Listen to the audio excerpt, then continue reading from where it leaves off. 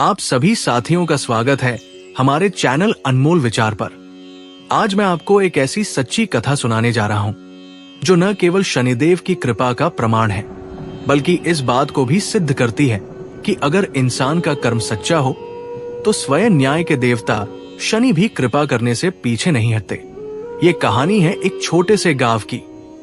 गांव के कोने में एक टूटी फूटी झोपड़ी थी। वही रहता था एक निर्धन ब्राह्मण, नाम था हरिदत्त। दिन भर लोगों के घर पूजा पाठ कर वो जैसे तैसे अपने परिवार का पेट पालता, लेकिन फिर भी उसकी गरीबी बढ़ती ही जा रही थी। लोग कहते, अरे ये हरिदत्त तो शनि की छाया से ग्रस्त है, शनिदेव की दशा चल रही है इस पर। लेकिन हरिदत्त का विश्वास कभी डगमगाया नहीं। हर शनिवार को वो पीपल के पेड़ के नीचे सरसों का तेल चढ़ाता, काले तिल अर्पित करता और शनि चालीसा पढ़ता। एक शनिवार की रात हरिदत्त ने जैसे ही शनिचर व्रत का पारण किया, अंधेरा और गहराता गया। आधी रात बीत चुकी थी जब दरवाजे पर दस्तक हुई। हरिदत्त चौंका, इतनी रात कौन आया होगा? दरवाजा खोला। एक अजनबी, काले वस्त्रों में लिपटा, हाथ में लोहे की छड़ी, चेहरा गंभीर, आंखों में चमक। ब्राह्मण, भोजन मिलेगा क्या? हरिदत्त बोला, हे अतिथि, हमारे पास बहुत कुछ तो नहीं, लेकिन जो भी है स्वागत है आपका। पत्नी ने बचा खुचा खिचड़ी का कटोरा दिया। अजनबी मुस्कराया और अचानक वो अदृश्य हो गया। सुबह उठकर देखा, आंगन में एक भारी थैली रखी है, उसमें सोने के सिक्के थे। गांव में खबर फैल गई, हरिदत्त अब अमीर हो गया है। लोग जलने लगे। कुछ बोले, जरूर कोई तंत्र किया है इसने। लेकिन हरिदत्त बदल नहीं गया। हर शनिवार को वही पूजा, वही विनम्रता। एक दिन पीपल के नीचे ध्यान में बैठा था, तभी एक दिव्य प्रकाश फैला और उसी प्रकाश से प्रकट हुए शनिदेव स्वयं। हरिदत्त, तेरी परीक्षा पूरी हुई, तू सच्चा भक्त निकला। जो दुख तुझे मिला वो तेरे कर्मों का फल था, लेकिन तू डिगा नहीं, इसलिए अब तुझ पर मेरी कृपा बनी रहेगी। हरिदत्त की आंखों में आंसू थे। हे प्रभु, मैं तो बस आपका सेवक हूं। दोस्तों, आप सुन रहे हैं शनिदेव की वो अद्भुत कथा जो बताती है कि जब भक्त सच्चा होता है तो स्वयं देवता उसके रक्षक बन जाते हैं।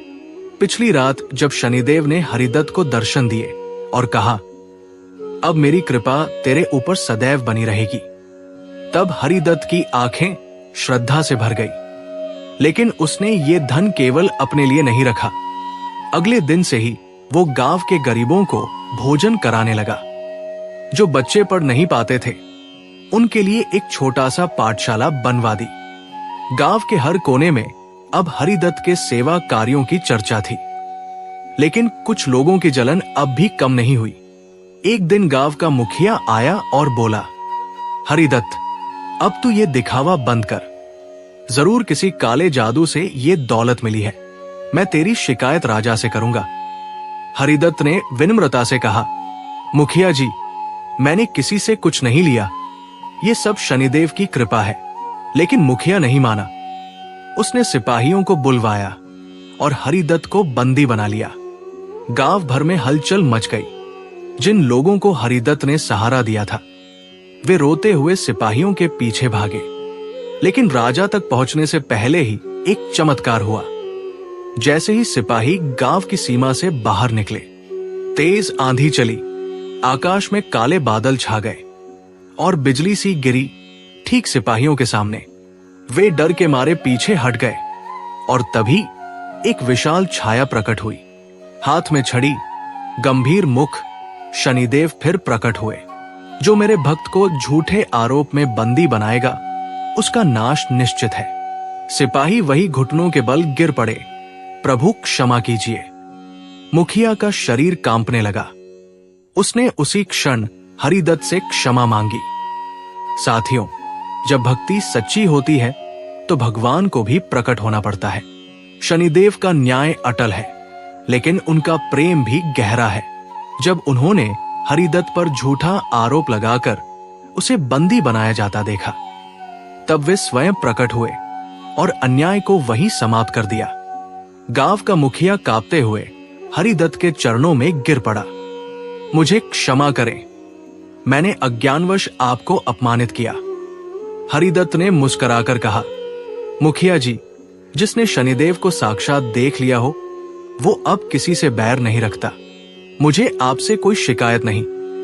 शनिदेव ने आकाश से आशीर्वाद स्वरूप कहा, हरिदत्त, तेरी सेवा से मैं प्रसन्न हूं। इस गांव का अब कोई भी निवासी भूखा नहीं रहेगा। यहां के बच्चे विद्वान बनेंगे और जो भी हर शनिवार को श्रद्धा से व्रत करेगा उसकी पीड़ा मैं स्वयं हर लूंगा। और कहते हैं उस दिन के बाद से उस गांव में न कोई भूखा रहा न कोई रोगी। गांव का नाम ही बदल गया, अब वो शनिग्राम कहलाया। साथियों, एक सच्चे भक्त की भक्ति जब फल देती है तो वो सिर्फ एक जीवन को नहीं पूरे समाज को बदल देती है। हरिदत्त की सेवा और भक्ति की चर्चा अब गांव तक सीमित नहीं रही। दूर दूर के गांवों से लोग आने लगे, कोई बीमारी लेकर, कोई दरिद्रता, कोई पीड़ा। और हरिदत्त अब अकेला नहीं रहा था, उसके साथ सैकड़ों युवा जुड़ चुके थे। सब ने शनिदेव की सेवा को अपना धर्म बना लिया। शनिग्राम अब केवल एक गांव नहीं, एक भक्ति तीर्थ बन चुका था। वहां एक विशाल पीपल का वृक्ष था जिसके नीचे शनिदेव का मंदिर बना और हर शनिवार को वहां हजारों दीप जलते। उसी राज्य के महाराज हरिहर सेन को भी जब ये बात पता चली तो उन्होंने सोचा, मैं स्वयं जाकर देखना चाहता हूं इस चमत्कार को। वे शाही रथ में बैठकर शनिग्राम पहुंचे, पर जैसे ही गांव के द्वार पर पहुंचे उनके रथ के घोड़े थम गए। रथ टस से मस न हुआ। राजा हैरान थे। राजा ने सेनापति से पूछा, रथ क्यों नहीं चल रहा?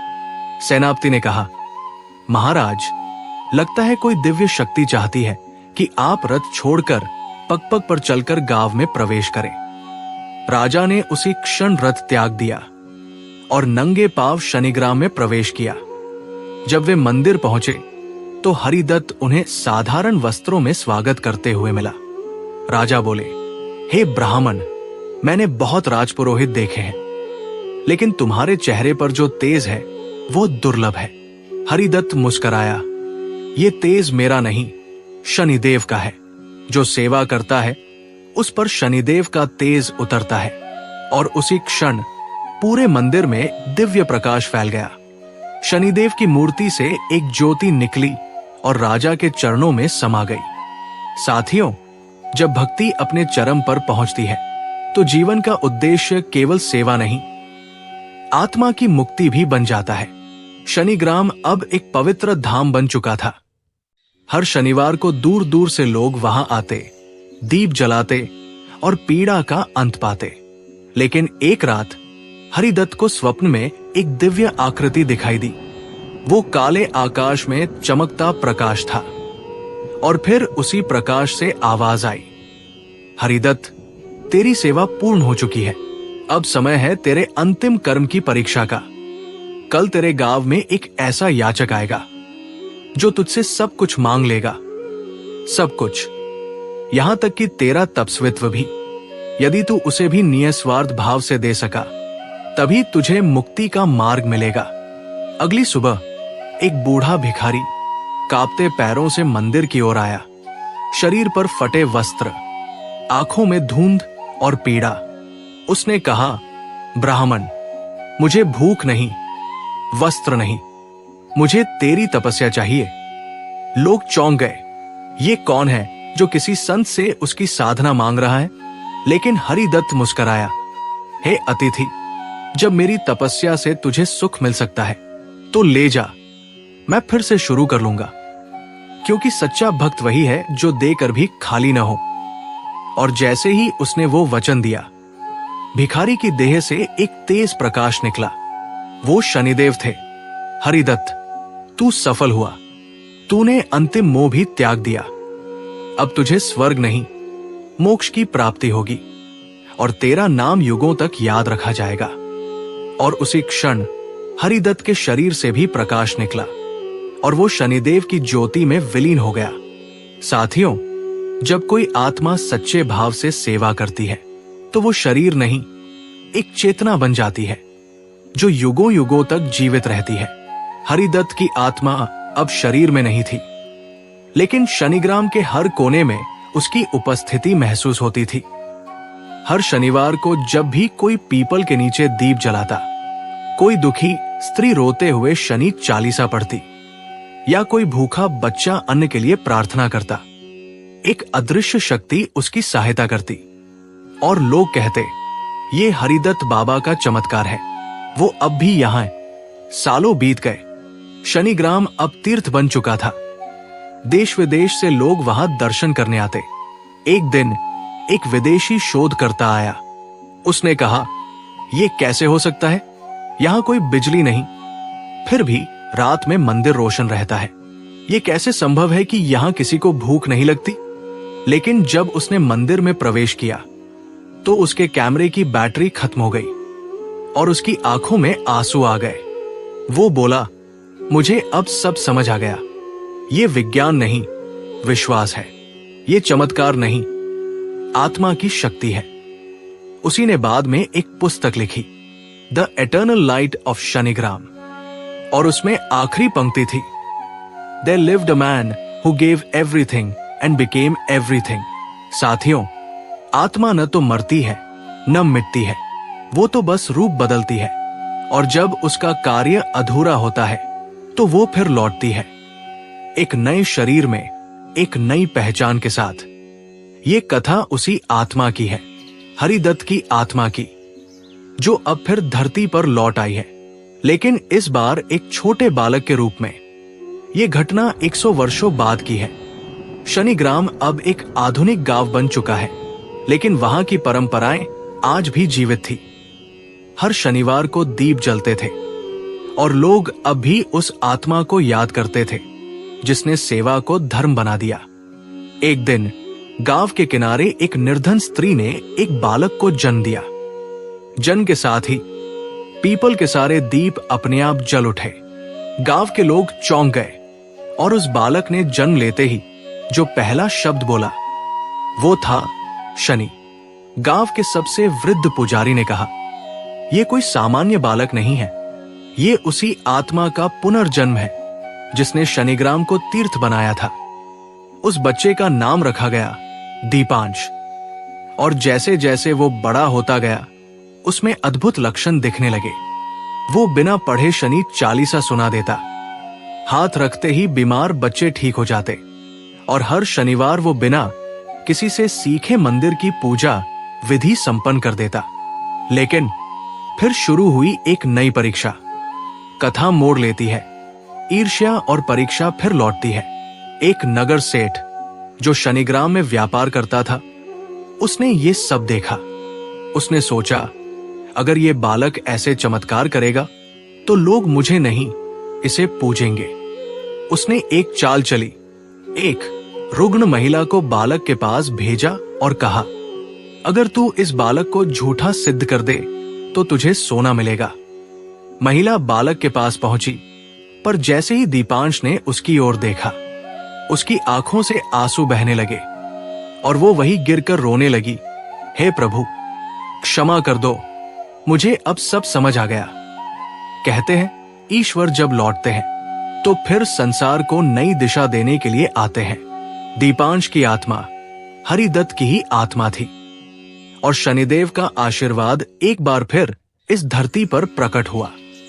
अब शनिग्राम के बच्चे कहते हैं, हमने चमत्कार नहीं देखे, हमने सेवा देखी है, और जहां सेवा है वही शनिदेव है। साथियों, जब पुण्य आत्माएं धरती पर लौटती है तो वो केवल अपने लिए नहीं बल्कि पूरी मानवता के कल्याण के लिए लौटती है। और जब संकट आता है तो वो आत्मा अपने तप, सेवा और विश्वास से पूरे गांव, पूरे देश की दिशा बदल देती है। समय बीता, दीपांश अब 12 वर्ष का हो चुका था। उसकी पूजा, सेवा और चमत्कारों की चर्चा अब दूर दूर तक फैल चुकी थी। लेकिन तभी शनिग्राम में एक अदृश्य बीमारी फैल गई। लोग एक के बाद एक बीमार पड़ने लगे। ताप, थरथराहट और काले दाग शरीर पर दिखने लगे। किसी को समझ नहीं आ रहा था ये क्या है। दीपांश ने पीपल के नीचे आसन लगाया और मौन व्रत ले लिया। हे शनिदेव, यदि मेरा पुनर्जन्म इस सेवा के लिए हुआ है तो आज मुझे अपना कर्तव्य निभाना है। 7 दिनों तक वो बिना अन्न और जल के उसी पीपल के नीचे तप करता रहा। 7वीं रात आकाश से एक दिव्य स्वर गूंजा, हे आत्मा, तेरी भक्ति पूर्ण है। कल सुबह जब सूर्य उदय होगा तब तू गांव के कुएं में एक नीम की पत्ती डाल देना, वो जल अमृत बन जाएगा। अगली सुबह दीपांश ने गांव के कुएं में नीम की पत्ती डाली और शनिदेव का नाम लेकर मंत्र पढ़ा, श शनैश्चराय नमः, रोग नाशाय नमः। और चमत्कार हुआ। जिसने भी वो जल पिया उसके शरीर से ताप उतर गया। धीरे धीरे बीमारी समाप्त होने लगी। डॉक्टर आए पर वे भी चकित रह गए। ये विज्ञान नहीं, ये कोई दिव्य शक्ति है। उस राज्य के राजा को जब ये बात पता चली तो वो स्वयं घोड़े पर सवार होकर शनिग्राम आया। उसने दीपांश के चरणों में झुकते हुए कहा, हे दिव्य बालक, तुम क्या चाहते हो? महल, धन, मंदिर? दीपांश मुस्कुराया और कहा, राजन, मुझे कुछ नहीं चाहिए। बस हर गांव में एक पीपल का वृक्ष हो जहां लोग हर शनिवार दीप जला सके और सेवा को ही धर्म माने। आज भी उस गांव के कुएं को अमृत कुआं कहा जाता है और दीपांश की स्मृति में हर शनिवार वहां 108 दीपक जलाए जाते हैं। वो बालक अब कहीं नहीं है, पर कहते हैं जहां पीपल के नीचे दीप जलता है वहां उसकी आत्मा अभी भी बैठती है। साथियों, जब एक आत्मा अपने कर्म और भक्ति से पूरे संसार का कल्याण करती है तब स्वयं देवता उसे मुक्त करते हैं। ये अंतिम भाग है उस दिव्य बालक दीपांश की कथा का, जिसकी सेवा, प्रेम और त्याग से शनिग्राम अमर हो गया। एक रात, अमावस्या की रात, दीपांश एकाएक पीपल के नीचे बैठा और ध्यान में लीन हो गया। चारों ओर सन्नाटा था और हवा में एक अजीब सी ऊर्जा। और तभी शनिदेव स्वयं प्रकट हुए, काले घोड़े पर, दिव्य तेज से चमकते हुए। उन्होंने कहा, हे आत्मा, तेरा पुनर्जन्म सफल हुआ। तूने मानवता को धर्म का सच्चा रूप दिखाया। सेवा, त्याग और निस्वार्थ भक्ति। अब लौट चल, तेरे लोक की प्रतीक्षा हो रही है। अगली सुबह जब गांव वाले पीपल के पास पहुंचे तो देखा दीपांश का शरीर वही शांत पड़ा था, लेकिन उसके मुख पर दिव्य मुस्कान थी। पूरा गांव रो पड़ा। लेकिन तभी कुएं के जल से एक तेज निकला और एक पुष्प आकर दीपांश के चरणों पर गिरा। वो पुष्प शनिदेव की कृपा थी। और तभी वहां एक आकाशवाणी हुई, ये बालक मरकर भी जीवित रहेगा। हर उस आत्मा में जो सेवा और धर्म के लिए जगेगी। राजा ने दीपांश की समाधि उसी पीपल के नीचे बनवाई और हर शनिवार वहां 108 दीप जलते हैं। एक पट्टिका पर आज भी लिखा है, ये केवल मंदिर नहीं, ये उस बालक की याद है जिसने ये सिखाया। सच्ची पूजा सेवा में है। यदि आप भी सच्चे दिल से किसी की सेवा करें तो जान लीजिए शनिदेव की कृपा आप पर अवश्य होगी। दीपांश चला गया, पर वो लौ हर शनिवार जलती है आपके भीतर भी। दीपांश की समाधि पर एक शिला पर लिखा गया, कभी किसी भूखे को भोजन देकर देखो, किसी बेसहारे के आंसू पोंछकर देखो, शनिदेव वही खड़े मिलेंगे तुम्हारे भीतर, तुम्हारे कर्मों में। साथियों, दीपांश चला गया, लेकिन उसने पीछे छोड़ दिया एक दीप जो हर शनिवार हमारे दिलों में जलता रहेगा। उस दीप का नाम है भक्ति, उसका तेल है सेवा और बाती है त्याग। यही दीप जलाकर शनिदेव को प्रसन्न किया जा सकता है। अगर आपकी आंखें नम हैं, तो जान लीजिए कथा पूरी हो गई है, पर उसका संदेश अभी बाकी है। अगर आपको ये शनिवार व्रत कथा पसंद आई तो कमेंट में लिखिए, शनि कृपा सदा बनी रहे। मैं दीपांश के रास्ते पर चलूंगा। वीडियो को लाइक करें, चैनल अनमोल विचार को सब्सक्राइब करें और हर शनिवार अपने भीतर एक दीप जलाए।